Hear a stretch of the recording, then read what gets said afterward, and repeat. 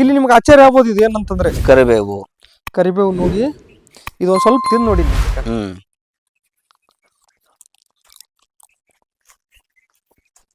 ಹ್ಮ್ ಹ್ಮ್ ಹ್ಮ್ ಈ ಕರಿಬೇವು ಏನ್ ವಿಶೇಷತೆ ಅಂದ್ರ ನಿಮಗ ಹ್ಮ್ ಆಶ್ಚರ್ಯ ಆಗ್ಬೋದು. ಏನಪ್ಪಾ ಹಿಂಗೆ ಹತ್ರ ನನಗೆ ಈಗ ಒಂದು 35 ವರ್ಷ ಅಂತ ತಿಳ್ಕೊಳ್ಳಿ. ಹಾ ಹಾ ಹಾ ನಮ್ಮ ಅಜ್ಜ, ನಮ್ಮ ತಾತ, ಅವನ ವಯಸ್ಸಿನಲ್ಲಿ ಅವನು ಹಚ್ಚಿರೋದು ಗಿಡ ಇದು. ಓಹೋ, ಅಂದ್ರೆ ಹತ್ತತ್ರ 50 ವರ್ಷಕ್ಕಿಂತ ಹೆಚ್ಚಿಗೆ ಇರೋದಂತ ಗಿಡ ಇದು. ಇದು ಯಾಕಂದ್ರೆ ನಮ್ ತಾತ ಅವನ ಏಜ್ ಅಲ್ಲಿ ಹಚ್ಚಿರೋದು. ನನಗೆ 35 ವರ್ಷ. ಒಂದು ನನ್ನ ಲೆಕ್ಕಕ್ಕೆ 50 ವರ್ಷಕ್ಕಿಂತ ಮೇಲ್ಪಟ್ಟಿರೋಂತ ಒಂದ್ ಗಿಡ ಇದು. ಒಂದೇ ಒಂದ್ ಗಿಡ ಇತ್ತು. ಏನ್ ಕೈ ಹಿಡಿದಿದನಲ್ಲ, ಒಂದೇ ಒಂದ್ ಗಿಡ ಇತ್ತು. ಇದು ಅವಾಗ ಒಣ ಬೇಸಾಯ, ನೀರಿನ ಅನುಕೂಲ ಇರ್ಲಾರ್ದಾಗ ಅವರು ಹಂಗ ಮಳೆಗಾಲ ಬಂದಾಗ ಚಿಗುರ, ಅದು ಬೇಸಿಗೆ ಬಂದಾಗ ಒಣಗಿಬಿಡೋದು.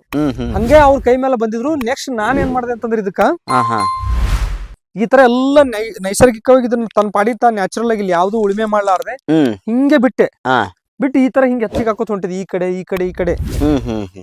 ಇವತ್ತ ಇದರಿಂದ ಎಷ್ಟೋ ಜನ ಔಷಧಿಗೋಸ್ಕರ BP, ಶುಗರ್, ಬೇರೆ ಬೇರೆ ಇದ್ದವರೆಲ್ಲ ತಮಗ ಅವಶ್ಯ ಇತ್ತಪ್ಪ ಅಂದ್ರೆ ಬರ್ತಾರ, ನಮ್ಮಲ್ಲಿ ತೊಗೊಂಡ್ ಹೋಗ್ತಾರ.